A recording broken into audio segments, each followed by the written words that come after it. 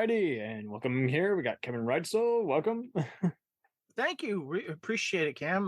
Thank you for having us here talking some Highlander. Anytime. Bigly Fillingsness. And did I pronounce that right? Not even close. Fillingsness, but nobody gets it right. Half the time I get it wrong. Bigly Fillingsness. Close enough.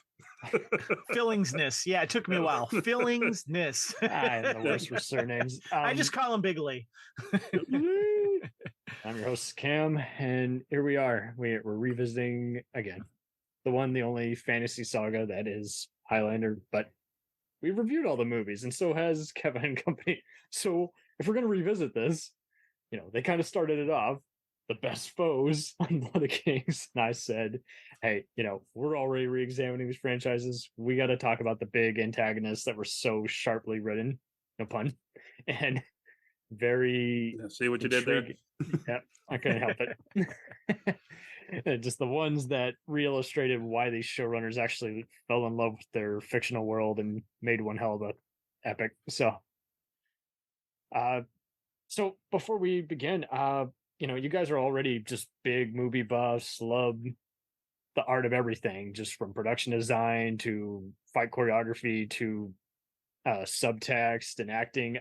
What do you mainly look for in a good antagonist besides just them having a tragic backstory that leads to vengeance and inevitably they end up on the wrong side that they think is the right side? But what overall just really gets you, that just makes you go, man, that's just a kick-ass just plot twist. These guys actually tried instead of just having a fancy actor play to the camera. That's a good point. I'll let Lee touch on the fighting side of it, because we've had a lot of good villains that are good with that, and in Highlander specifically, it's someone who, for me personally, when it comes to a villain, someone that you sympathize with, not just twirling mustache style, but someone that actually makes sense, someone that can say. That's why a lot of people were like, maybe Thanos was right, that type of thing. Right. Maybe Darth Vader's not too bad. and even if they are a little crazy and unhinged, and maybe if you don't agree with them, something that makes them charming and kind of draws you in a little bit. And I got to start with the Kurgan first and foremost, because my now wife, right before I met her, she got to meet Clancy Brown at the Highlander 4K 30th anniversary in Edinburgh, Scotland. And she has a big sleeve tattoo of the Kurgan, and I've heard this from other ladies that there's something about the Kurgan that's hot, so there's that. But when you can come in and just really nail it, not just by looks, but by charisma, and really kind of stand out, I think that's a really, really important villain aspect. What about you, Lee? Definitely. It's always good to have the charisma. It's always good to have style. I really do like a villain that is an actual threat to the main character.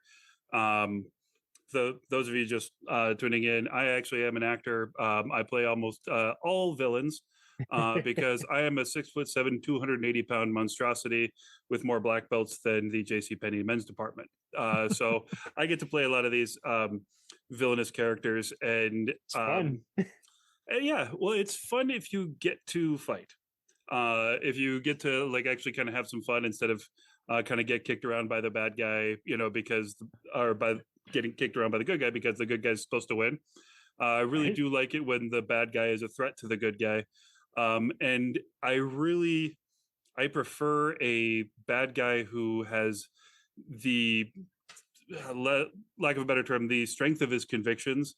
I don't like a bad guy that is the victim of circumstance. I don't like a bad guy that is misunderstood or that has a redemption arc. I think that occasionally that can be very useful, but it's boring now. It's overused. Yeah. Especially when that bad guy becomes the good guy. Looking at Marvel.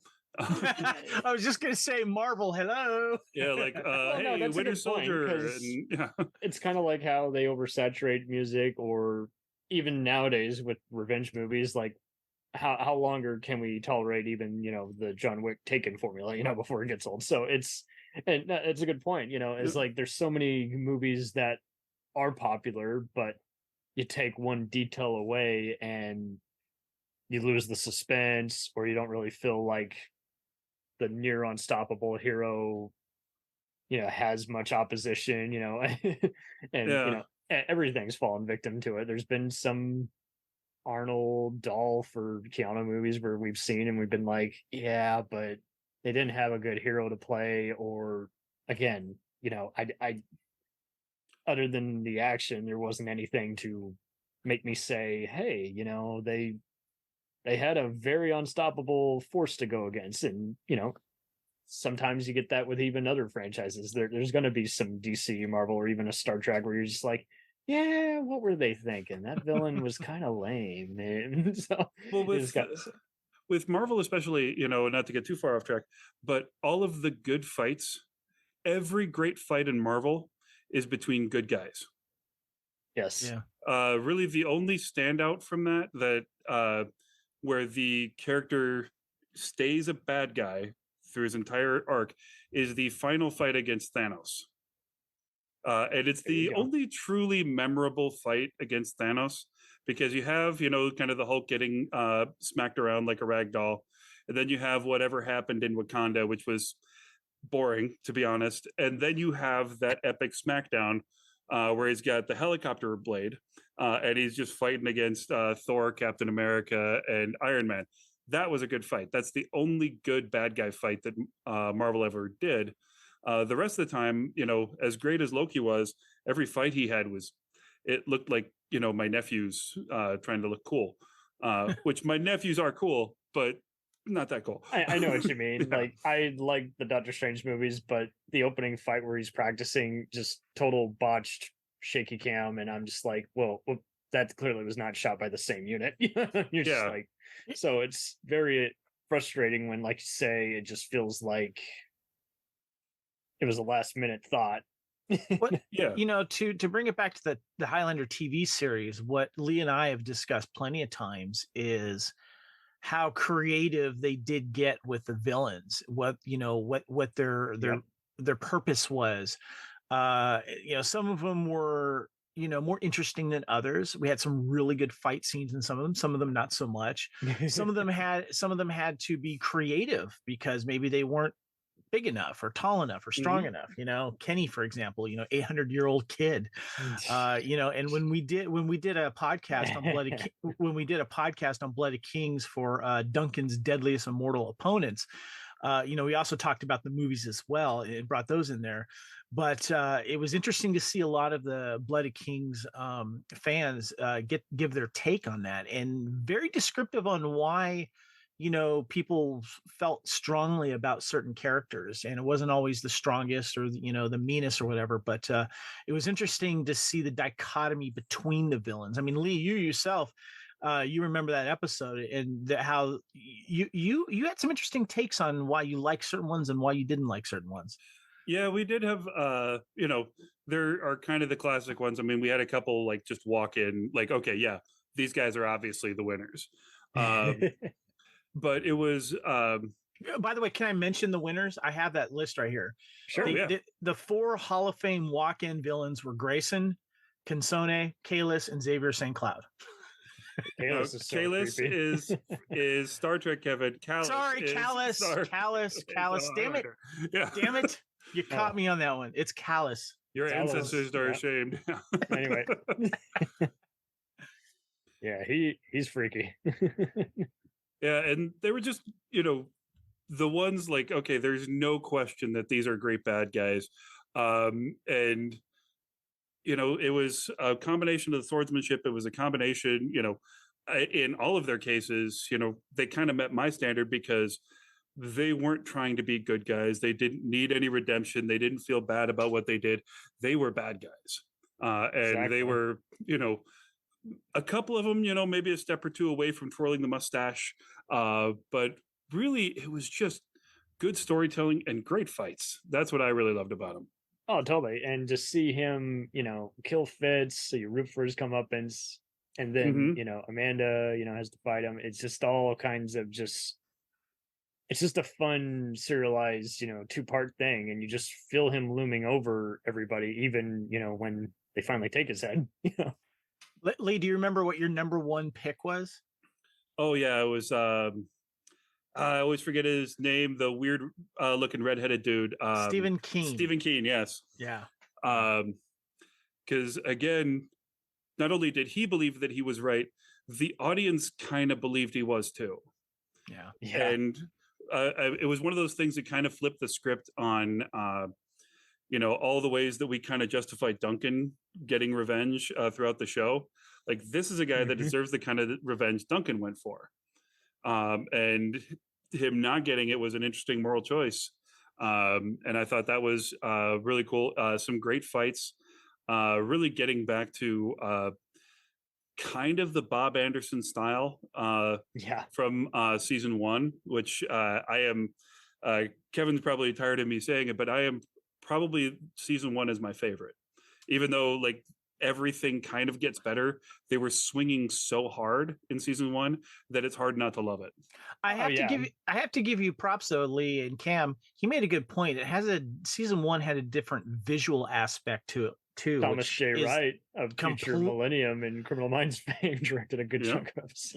Yeah. My number 1, by the way, was James Horton, and he's not an immortal, but boy, was he bad for immortals, especially Duncan. So, he feels bigger than life with all the various psychological, torment. And hallucinations, and just the other people he has. It's just almost kind of.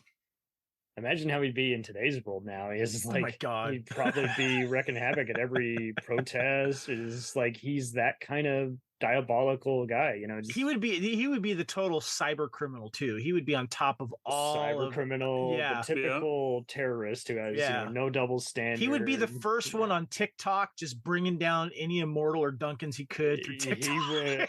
He'd be doxing him, He would decimate Twitter from Elon Musk and then not even know what to do with it. He'd be just laying destruction. That's what you gotta like about Horton. There you go. He's Dr. Strangelove in a way. Yeah.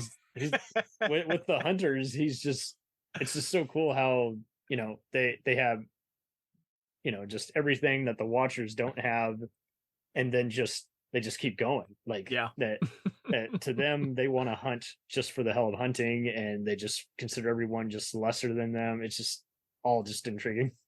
Yeah. and just hiring just all these other people to impersonate their fallen comrades. It's like, man, how sick do you got to be? Yeah. Well, and bringing Alexander Vandernoot back was, from a fan's point, that was a really cool thing. But like, that was dark, and like the amount of psychological trauma that has to bring is just crazy. Oh, totally.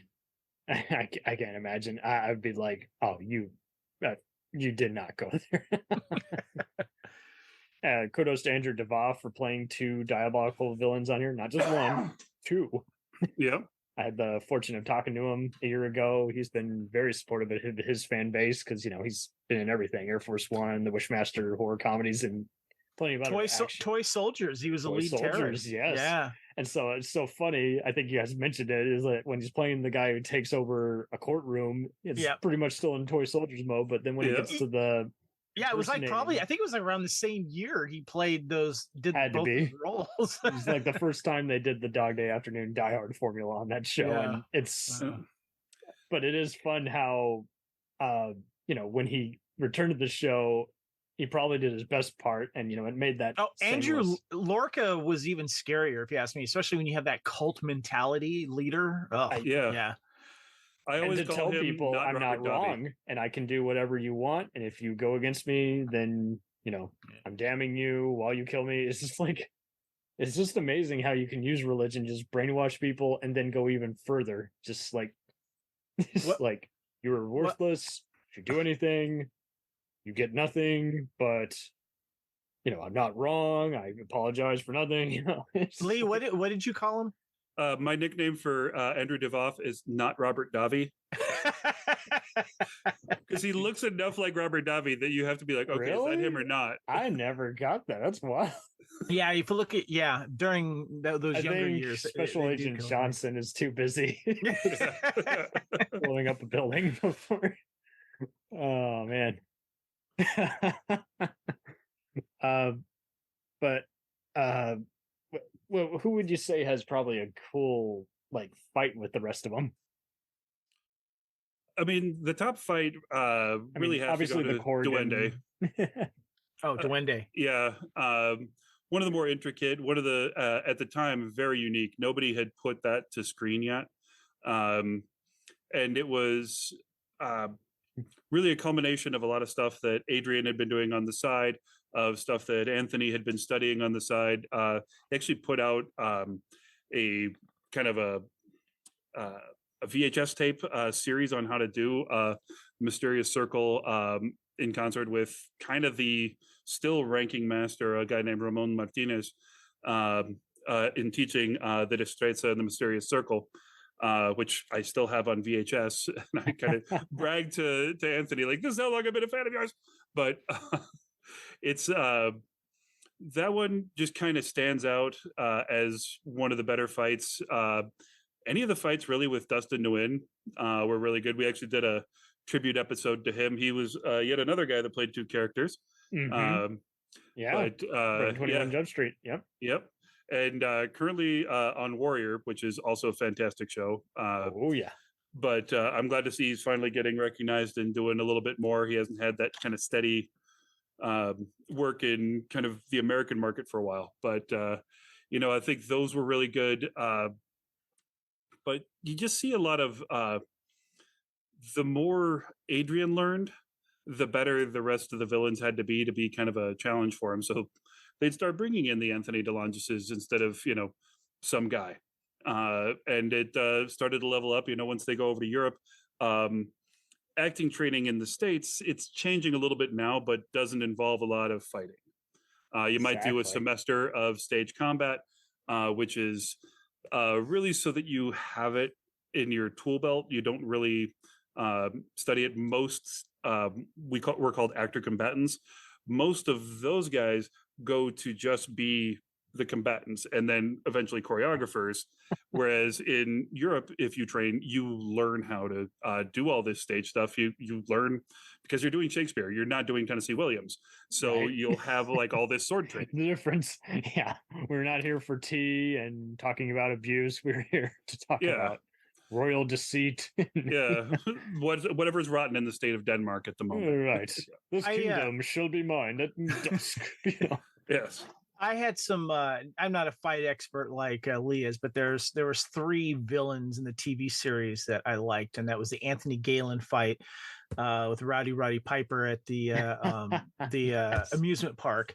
I like the Michael Kent one, especially with the catching the sword and the cool decapitation there. And I like the Harris Clay one too, because Duncan had a special emotional stakes to that one because he was shamed by him while he killed his mentor in front of him. And I always thought that was a good one for the TV series. I always enjoyed the opening fight scene of the original Highlander too.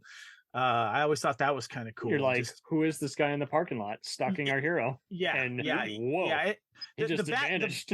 The fans always said the back flips by Aman Fazil never made sense. It looks cool though, but I just thought it was Peter Diamond was the villain playing him. And good old Star Wars, a lot of Star Wars and James Bond stuntman. Yeah. But for me, that's just it's just one of the more iconic fight scenes for me personally. Well, I think probably the best fight scene in the movie. Totally. Although I do have a soft spot for when he takes down that one Nazi guy, and the Nazi has like the total like holy shit moment, like the Indiana Jones moment where you're just like, oh boy, let's get it. But whatever you say, Jack, you're the master race. It's a kind of magic moment. It's a kind of magic. To build on the parking lot, that's what I like even more. I think it's season 2 or 3. We get to Peter Outerbridge, who's been in numerous things, Designated Survivor, Nikita, The Expanse. I love how he played a similar character who kind of stalks Duncan in the parking lot, and to him, he just can't let go of the game. He's getting what character? What character was that? It's the character. Sorry, I don't remember everybody's name. But Peter Outerbridge played one Highlander character, and he's another one. He's been at this misbehaving. Paul Kinman. Oh, Paul Kinman. Oh, yeah. Yes. Okay, yeah. Yes. Sorry, season 4. My bad. Yeah. But yeah, that's right. Being this assassin, he came back to life, and now he just wants to kill for the hell of it. Reluctant Heroes, I think, was the episode. Yeah. Yeah. Yeah. And I mean, he and even the other guy who's going around making his murders look like a vampire, and some of the other guys who just had unusual quirks to them, I really dug because it kept it fresh and new, kind of like a good on any of the other shows we mentioned, where we're actually trying to see if they, like how they got here, if they can handle it. And even the Richard Lynch character, who's playing like a former warlord who's like wronged Duncan multiple times, and then finally Duncan's kind of like with even the white supremacists when they're at the alternate timeline of guys who escaped the Hitler assassination. It's just always intriguing how all these guys ultimately test Duncan and everybody, and like, if we kill them, unfortunately, we end up being just as bad as them. Yeah. It's such a painstaking mission because there's no positive outcome. I did find probably I didn't put it up there on my best villains because the episode wasn't executed as well, but Lord Byron. What a fascinating idea it was to bring Byron and Shelley into that conversation. Episode or season 5, somewhere around episode 17 or 18, I think. The rock star. Yeah, and the poet. She walks in beauty like the night of starry climes and highest heights, and all this best of dark and light is in her aspect in her eyes. Like he's that poem that you quote to girls when you're trying to get laid in college. But like also you go to Byron's grave, and it's people are still leaving stuff at it, and the connection to Frankenstein and to the origin of literally of science fiction, and you just have this kind of amazing character, and like he's truly dead inside. And he's trying to remember life, and he's like trying to see it, and it was just a fascinating way to do it. But again, like these crazy inspirations, and again, they had to bring in a really good swordsman for that episode. They had F. Braun McAsh playing the other bad guy that Byron fights at the in the flashback. Nice.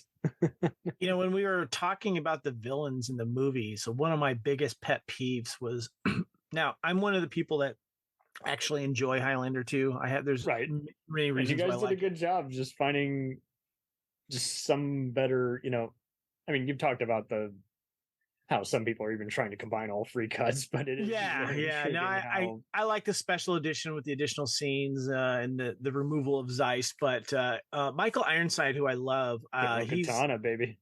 Yeah, but my problem with Katana is he never killed an immortal. He only killed mortals, and he was great as a villain, acting villain, but to me it was too much of kind of a Kurgan wannabe. And there's he's admitted to just he didn't really care. He just did it for the paycheck, and he's just went overboard with it. It's such a shame because you would like to think that movies and shows can get to where they don't have to allow these investment companies to cut all the good scenes out. And it's just even more mind numbing how you would think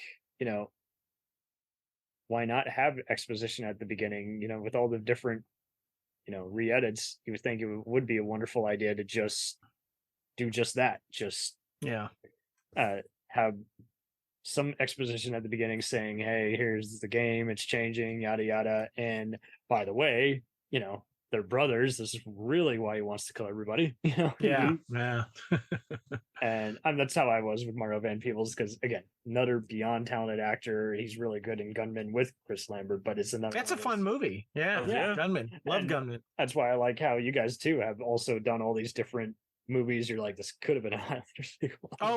The Hunted. Yeah, we did the Hunted movie. Oh yeah, that could have been a Highlander movie right there. Samurai Yakuza. Come on. Yeah, that would have been a better Highlander 3 than Highlander 3 was. That's for sure. Exactly. Yeah, I refuse to rewatch Highlander 3. I'm with you guys. There's just something just very annoying about it, and it is one of those where you're just like, still, like this villain was there and the actor was giving his all, but they really screwed him over by keeping it ambiguous. Is just like Katana kind of gets away with being over the top, but unfortunately, ultimately, not a good story. with him though is like there was no reason to be that silly. It's just like that he's a wizard. There's some magic to explore here. Yeah. And all That you would have do been is just have interesting. him go around picking on homeless people, and it's like, well, that doesn't do anything.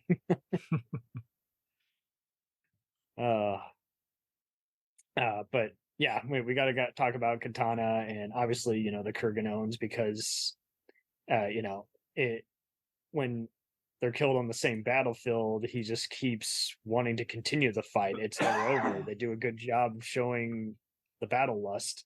And I feel like they did something similar with Kel. I know everyone's got issues with in-game, but I mean, I still gotta applaud them for just casting 90s favorite Bruce Payne.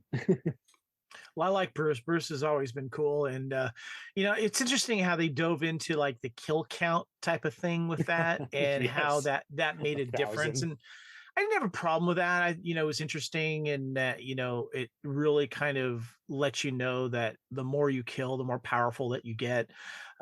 We just kind of wanted a little more out of his cronies, especially Jin K.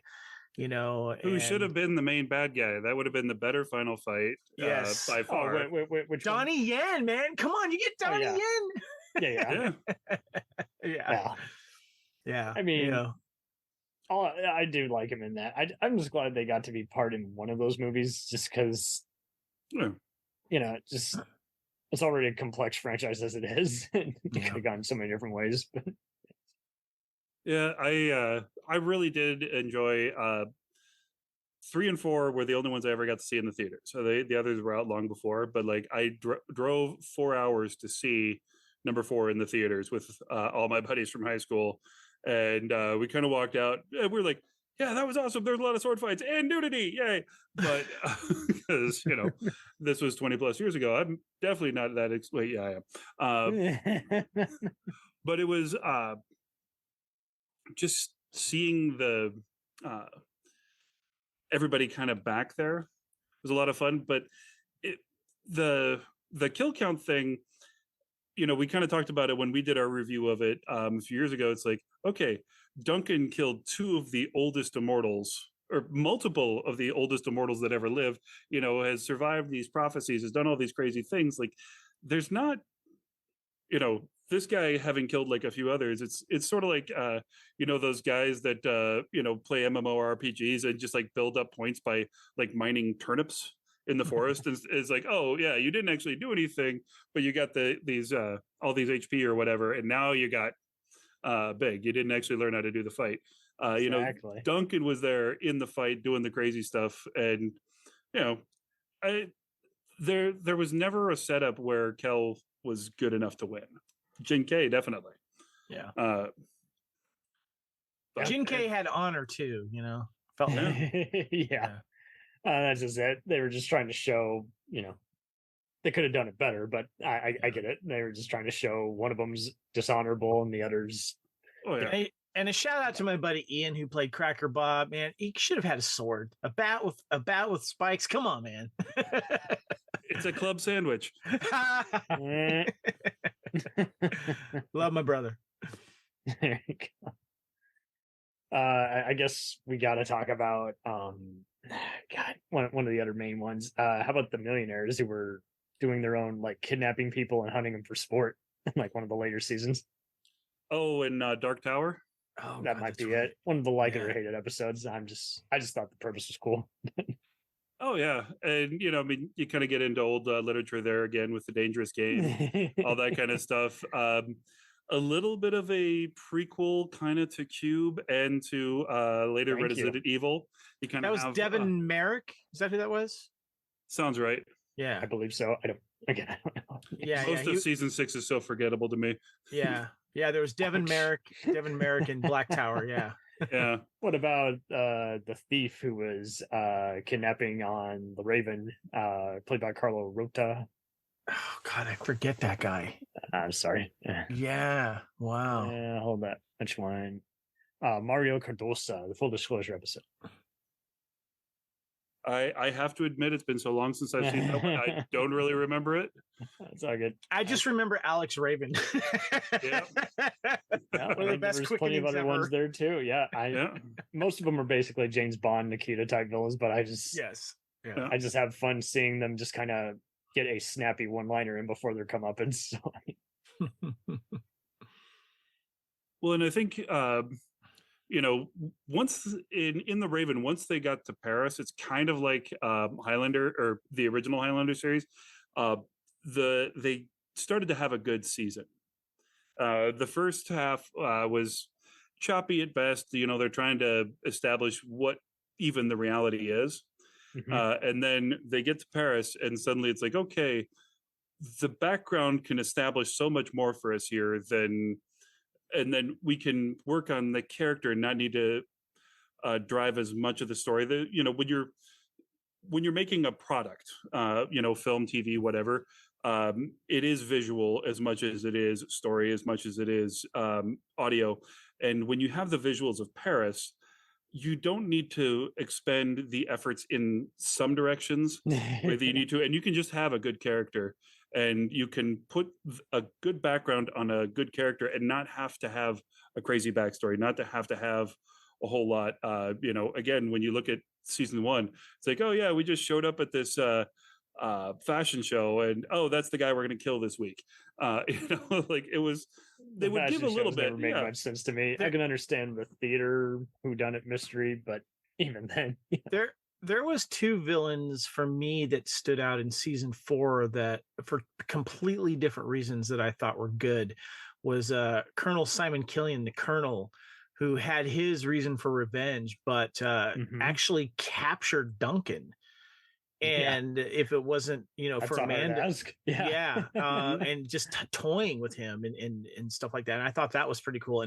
And we were also in that episode 2 about the deadliest villains. We gave a shout out to Damon Case and the Immortal Chimoli, because he wasn't necessarily a villain because he wanted to kill Immortal Chimoli, who was, you know, a young immortal there and just having fun with immortality. But he was like a by the book rules. He was all about playing the game, you know, and we kind of forget the game that all of these immortals are in when you have this episodic television.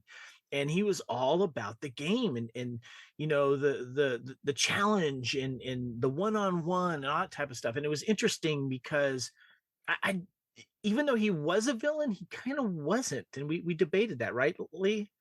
Yeah. He was just a guy that had his motivation. And, you know, again, because he was a gentleman when he was like talking and, you know, but he's like, this is a game. This, you know, he's on the list. I'm challenging him, you know? Yeah. Well, and, you know, Duncan was playing the game, you know, a lot in season 1. You know, and he would call people out a lot, you know, pretty much all the time, you know. Season 2, season 3, I'm forgetting the guy that killed Maurice's niece Simone, but it was you know, he's like, no, you're not running away, we're doing this, you know. He's like, yeah, this is, you know, how we do it, you know. There can be only one good as reason as any. Boom. We have that, and it's in that world, it's valid. And it's kind of cool, you know. It's when you think about, like, is it immoral if that's what they're supposed to do? Yeah. You know, it's kind of like it's a good question. Yeah. Well, like when I was supposed to do when everyone keeps cheating or overstepping, you know, the balance of power. Yeah. But like when I was fighting, you know, I fought heavyweight for about 10 years, and the degree to which I would hit people and myself get hit is the kind of thing people would say, oh, that's terrible. And it wasn't, you know. I mean, it definitely was inconvenient and definitely hurt, and I still have injuries, but it wasn't mean, and it wasn't, you know, it was what we agreed to do. It was who we were. We got into the ring. We followed the rules, you know. We did it, or we didn't do it on holy ground, you know. It was one-on-one, all that kind of stuff. But by the same token, the same things that I did in the ring that were completely valid and understandable and excusable, I can't do that, you know, I bounce on the weekends because when you're a giant, you can make a lot of extra money just standing at the door and being scary. When I have to do stuff, I have to be more restrained than I was in the ring, because what I can do to a normal sized person is unfair. Exactly. It becomes a kind of stage combat where you must make contact, but not non-lethal. My thing is to embarrass them. If they're embarrassed, they don't fight back.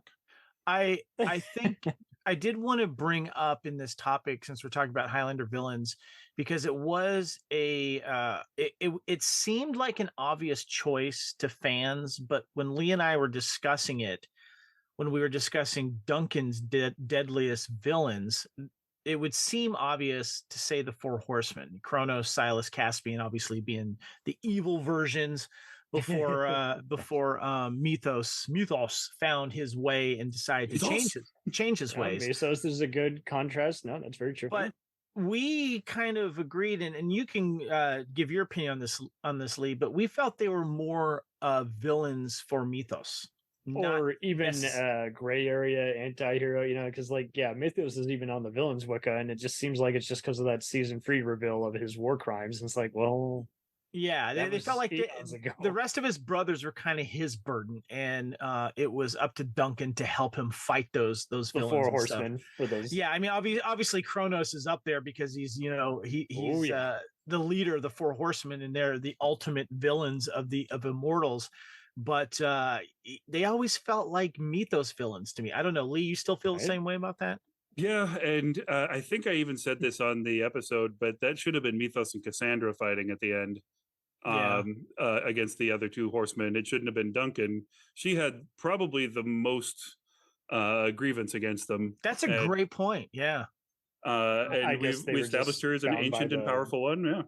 They were probably bound by the whole, hey, heroes got to have a fight scene at the end, even though say it would. Yeah, Cassandra should have been in there kicking some butt, though. Lee's right. Yeah. Well, because they did have, at one point, 3 bad guys versus 3 good guys. She could have taken down Caspian.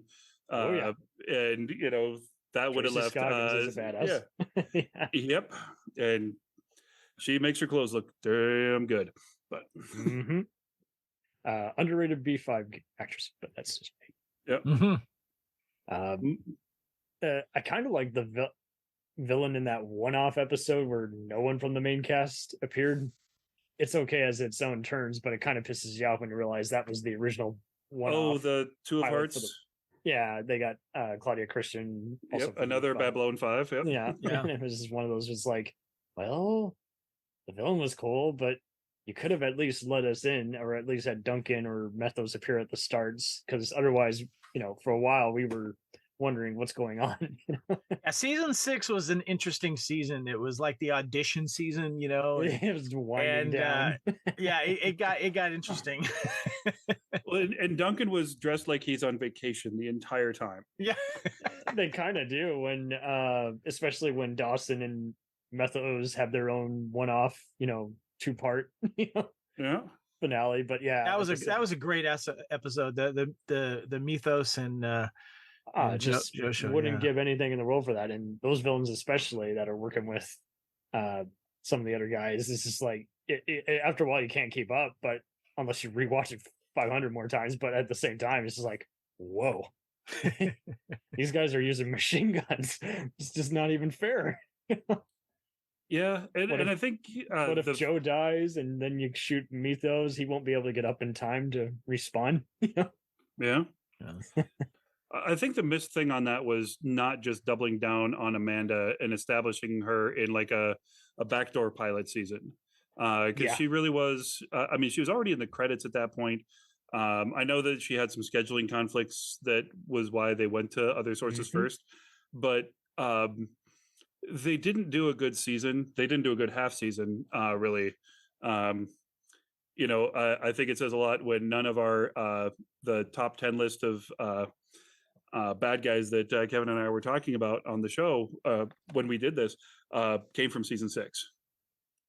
We didn't include Araman or the rest of them, whoever they were, because it's hard to tell the difference after a while. Yeah, but the way that it kind of played out, we just kind of lost what was a really good idea, and the way that they could have wrote Amanda out of the show, the way that, you know, later on they would write Angel out of Buffy, that allowed the show to have some wings. Oh hell, if we're gonna go there, let's talk about what's her name, Charisma Carpenter. Oh yeah, Think on it, where it's like, why were you fired? Oh, because of this and that. But at the time, we only knew this and that. We didn't. Yeah, no. Oh yeah, that's a whole nother can of worms. Yeah, no, I'm not trying to lead us there, but I just mean it's interesting how it just affects production to where half the time you really can't blame directors or writers who are just trying to make the episode just look fucking cool for the editors to modify. Well, and having worked on that side of it, it's you never know what the final product is going to be, and you never know when you're shooting it. You know, when you're the actor or the stunt guy, you have to trust that the cameraman is doing the right job. You have to trust yeah. Well, and you have to trust that the editor knows what they're looking. We'll return after these messages. Hello and welcome to Culture Shocked, the pop culture podcast brought to you by four aging millennials and our outdated opinions. Join us every Tuesday as we discuss movies, TV, games, and even music, new and old. Dude, what do you think you're doing? Are you seriously trying to record a promo without us right now? Well, yeah? Dude, you can't just do the promo by yourself. Who's gonna listen to that? Yeah, and you probably haven't even told them that we're a pop culture podcast where we always agree on everything. For instance, the Sam Raimi trilogy, easily being the best of the Spider-Man movies. No. But I think we can all agree that Jaws is a classical masterpiece. Nope, don't like that. But we do all agree that the sequel trilogy of Star Wars is the best in the Skywalker saga, right, guys? That comment is so ridiculous. I don't even know where to begin. Anyways, that'll do it from all of us here at Culture Shock. Thanks for listening. Do you ever find yourself thinking about who would win in a fight between Goku and Superman? Hi, I'm James Gavsey, and on the Who Would Win show, me and my co-host Ray ignore anything important happening in the outside world and debate fictional battles between characters from comics, movies, and video games. We got a new show every week, and almost always am I the winner. Yeah, not true, Ray. In the past, we've discussed such matches as Captain America versus Darth Vader, Solid Snake versus the Iron Giant, classic matchups like RoboCop versus Terminator, and even the Muppets versus Sesame Street. That one was crazy. So if you're a fan of geek culture and love a spirited debate, check out the Who Would Win show wherever you get your podcasts, or check us out at whowouldwinshow.com.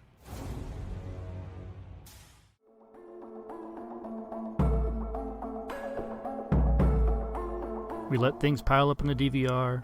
We add them to our queues. We wait for the DVDs and Blu-rays. We time shift. The Time Shifters Podcast. Sci-fi, horror, fantasy, superheroes, comedy, action, film, television, maybe some not-so-current events.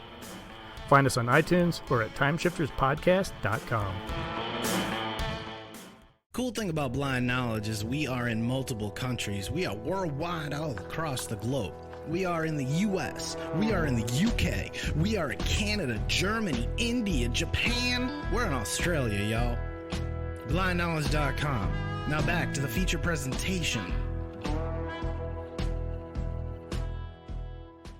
Yeah, I had a fight scene that I did last year for a festival that was one of the most intricate and best choreographed things that I've ever done. The editor just chose the weirdest takes.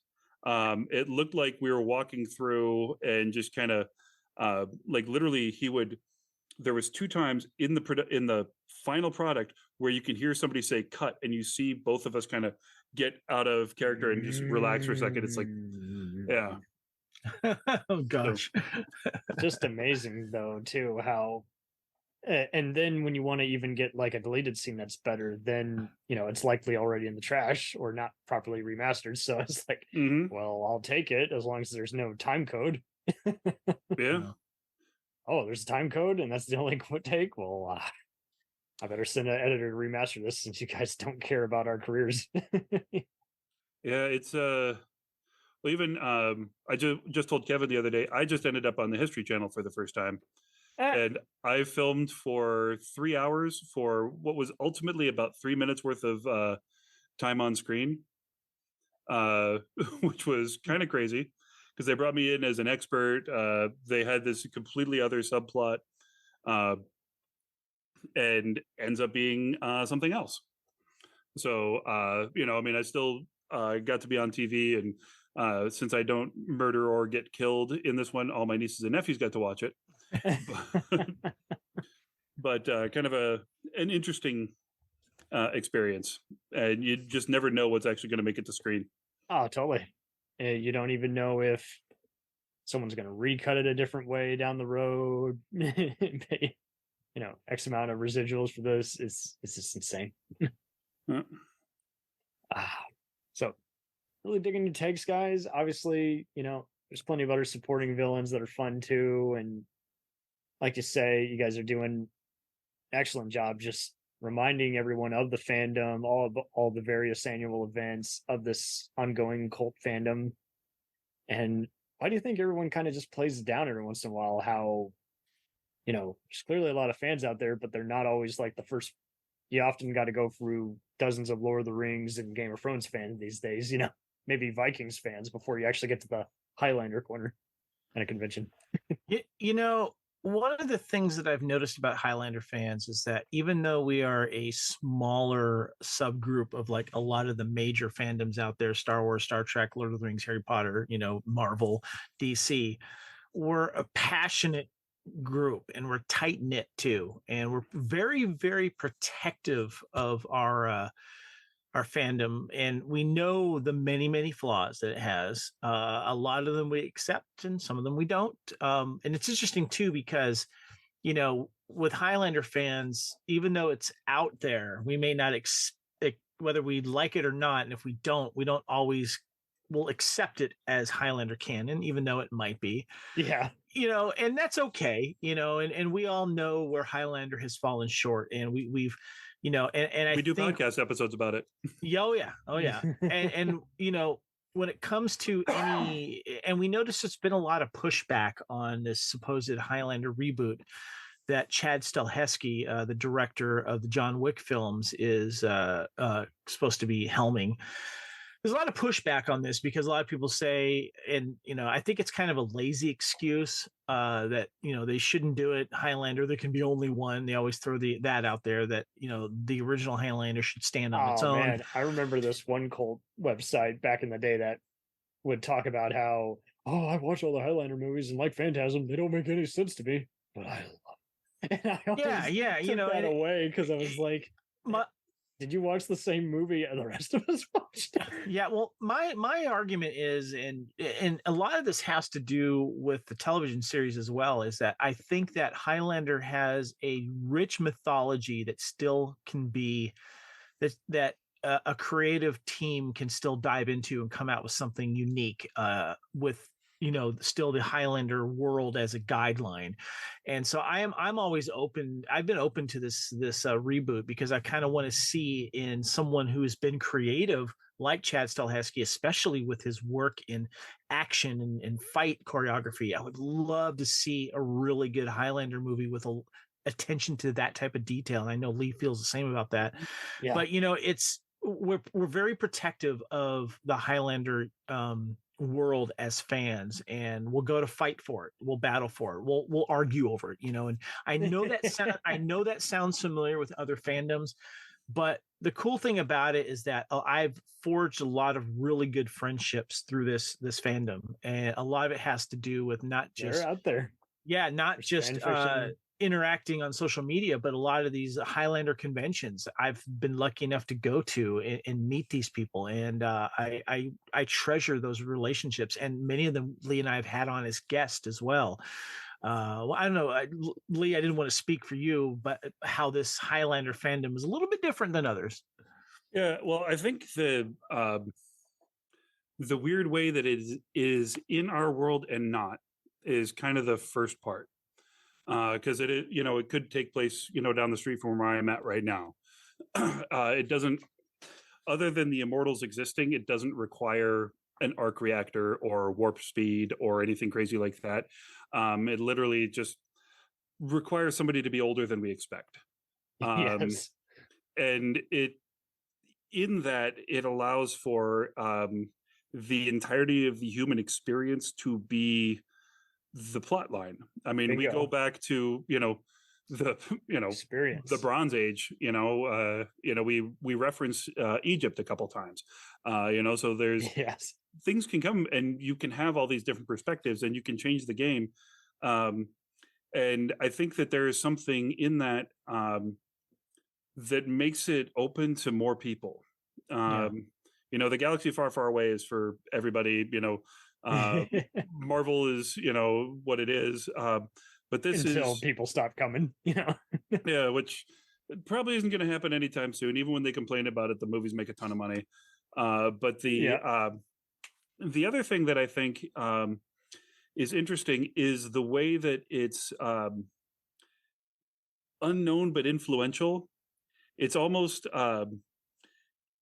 it feels like, and it actually is something that Quentin Tarantino has referenced. It's those kind of movies that the movie people know.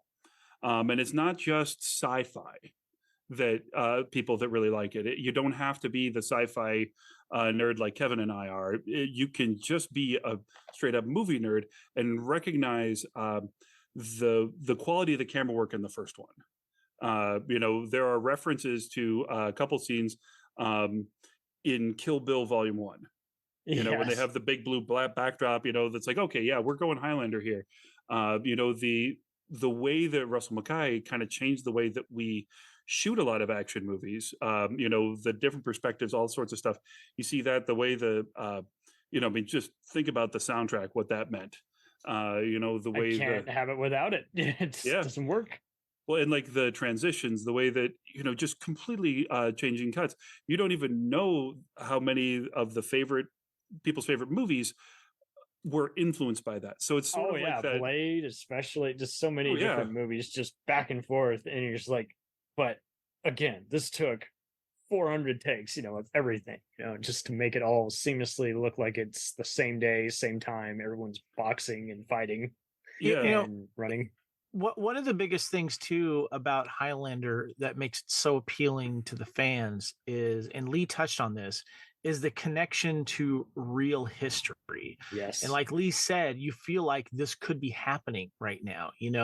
This could be an underworld of beings that have been around for so long. And that when you have the movie or the movies or the TV series, and the flashbacks are such an iconic, I don't want to say trope for Highlander, but it's because it's one of those things that Highlander really kind of fine-tuned. I mean, yeah, you've seen going back in time movies, but I think Highlander has really touched on creating the parallels of what's happening to these characters in current day to what's happening in and around historic moments with historic people. And the TV series really got into that. And it was kind of Quantum Leap 2.0. But yeah, exactly. Yeah. And, being a history fan myself, as well as Lee, big history nerds, we love the fact that they can wrap these characters around these moments that we've learned in school and going, wow, this is a different take on this. And actually filmed somewhere near where a Victorian era castle might have been. Yeah. A London type IRA meeting might have been, or even just, like you say, just a cool backstory of how everyone plays this supernatural interface instead of, like you say, well, he's here because he's the chosen one. No, it's a little more than that. Well, and I also think, as much as I love talking about the Paris sets, what this show and a few others at that time did for the Vancouver film and TV market that later led to a lot of the stuff we love. I mean, the Arrowverse has filmed in so many locations that we've seen. Stargate, of course. Oh yeah, plenty of Stargate guys. There's a monastery set that they had in season 3 during the Callus cycle that kept getting used throughout all of the Stargate shows as like, oh yes, this is some medieval planet where everyone's Scottish. So yes, this is, you just see it. But like, as part of a film community myself, like, you kind of grow this market and you grow the resources. And, I mean, the other thing, getting back to the fandom, is the connection that our fandom is allowed to have with the people that made it. Good point. for a few $100, anyone can go and train with Adrian. We've talked with Steve Gagan, we've talked with Gillian Horvath, we've talked with Edwin Atkins, just a ton of people, Bron McCash. We can talk to these guys. I'm not going to get an interview with Mark Hamill anytime soon. I don't think Sir Patrick is, going to respond to my emails, but, I've had 3 conversations with Adrian Paul. I've talked to, Amanda, I've talked to Elizabeth Grayson. Not only is she the star of this TV show, or one of the stars of this TV show and star of her own, she's a former Miss America. Yeah, who would have guessed? The access that fans have to our stars is really unheard of. Yeah. It's created this wonderful friendship with these people, meeting, all of these wonderful actors and how passionate they were about it. They show it in kind. And I just want to give a shout out to my friend Jonathan Melville. He's from Edinburgh, Scotland. He wrote the definitive making of the original Highlander. Yes. And he went in full interview with all the main people, with the exception, of course, Mr. Connery, because he wasn't available, obviously, but everyone else. But when Lee and I were talking to him about this book, and how wonderful these people were to share their stories with him, he got some of the most interesting stories from the people that were behind the camera. And these are the people that we've reached out to on Blood of Kings, and have been wonderful and willing to come forward and to share their stories. Like the director of photography, which is my favorite story in the book. The director of photography got the phone call, like, "Hey, you want to do this movie?" And he's like, "Yeah, sure."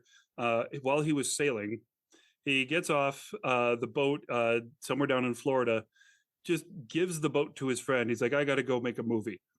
Like, this is the kind of stuff, and then as soon as they were done, I think they did the "I'm Still Standing" video with Elton John, like right after that. Like it was, or like right before or right after, but like the insanity, Hugh Quarshie, who plays my brain just went empty. Castigear. He was watching Live Aid with Oprah Winfrey and Steven Spielberg while this was filming. Wow. Like the level of, who else is going to get that story? Right. Not right here, right now, not today. Right. But now it's there and it's out there. And it does make you wonder if I've asked people this before and never really got a complete answer on it. I don't know if there is really an answer to it. It's interesting how half the time when these books have all this trivia, they end up being reposted on like IMDb or whatever. And and you care to actually cite that or encourage people to, read the book where you got all this info from, Yeah. Because you don't want to. As an historian, I always like to cite my sources. So, right. and everyone should go and read John's book. It is amazing. So, and John Mosby's book. And John Mosby, who wrote the original one here. Let me bring that out here. Got to give John a shot here. Fearful Cemetery, the essential guide to all things Highlander. And yes, this is one of the common signed ones, as he likes to joke. But this was our Bible right here. And then big ass Bible. Yeah, and then and he covered all the movies, TV series, the comics, the audiobooks. I mean, he went all into this. And then, of course, Jonathan Melville did the book itself. And also, too, Jonathan Melville, for if you guys have the new Highlander 4K edition, he actually did one of the audio commentaries. And he gets into a lot of the stuff you mentioned in the book, but there's some stuff in there that he did not mention in the book. And it is, if you are a trivia nerd when it comes to Highlander or any movies and behind the scenes, make sure you check out that audio commentary on the new Highlander 4K edition with Jonathan Melville. It is fantastic. Sweet. Can't remember if I haven't gotten it yet. Actually, I need to though. It's on Amazon. I think there's a paperback now too, so make sure you check it out. Yeah. Sweet. Any other things you want to plug before we go? Yeah, check us out, Blood of Kings, our Highlander podcast. It's on the Fandom Podcast Network. The Fandom Podcast Network is on all of our social medias. It's on YouTube. Check it out. And we have many podcasts that are under the Fandom Podcast Network umbrella. And one of those shows, of course, is the Blood of Kings Highlander podcast. You can search YouTube for Blood of Kings Highlander podcast. We've been doing all of our videos putting them on YouTube. You can also go to fpnet.podbean.com for the audio podcast. But we also, if you're a Highlander fan, come by and check out our Facebook group, the Blood of Kings Highlander Fandom Group. We have a lot of fun and awesome guests there. A lot of the stars from the Highlander TV series and behind the scenes, a couple of the directors as well are also members of that group, and we love it when they chime in and talk about stuff. It's great. My name is Kevin. I am on Twitter and Instagram at Spartan_Phoenix. Big Lee, how can we find you, man? You don't find me, I find you. Oh, good question. Good answer. You can find me same places that Kevin just mentioned. I'm all over Facebook under my name. I also have The Way of the Way on Instagram. That's my documentary company. Double Action Martial Arts, Madman Road, a bunch of other stuff. And I'd also like to plug independent film festivals. I do a lot of them.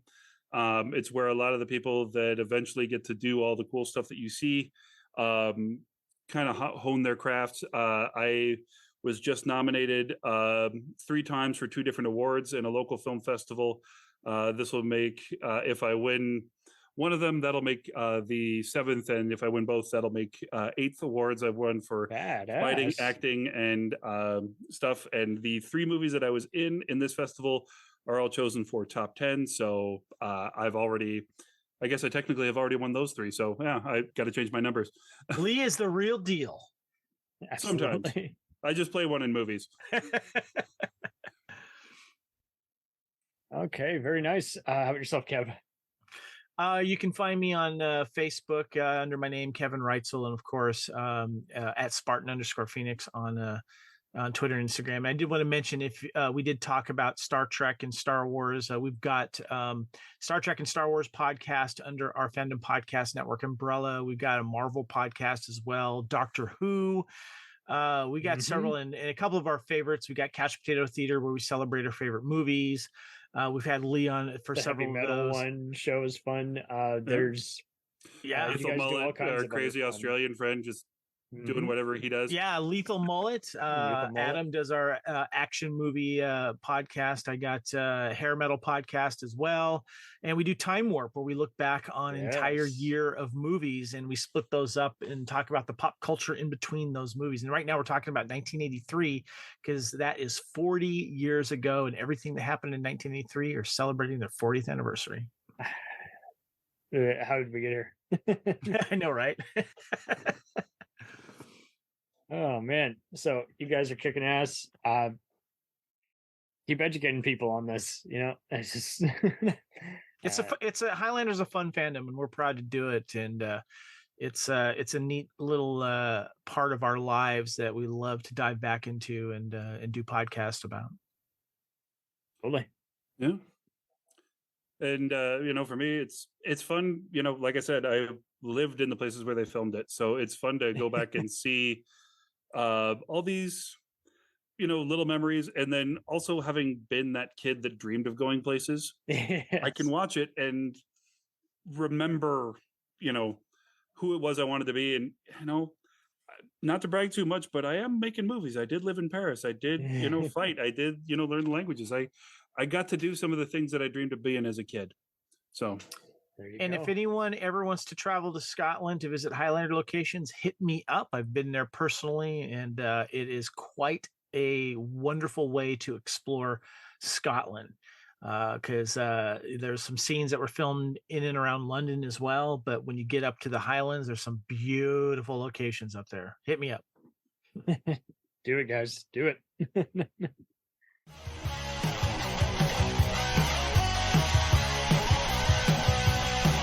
Follow us on the web on Facebook, Twitter, and Instagram The podcast is available on Podbean, Spotify, iHeartRadio, Anchor, Apple, and anywhere else podcasts are available. Feel free to review our show and leave comments on any of those sites.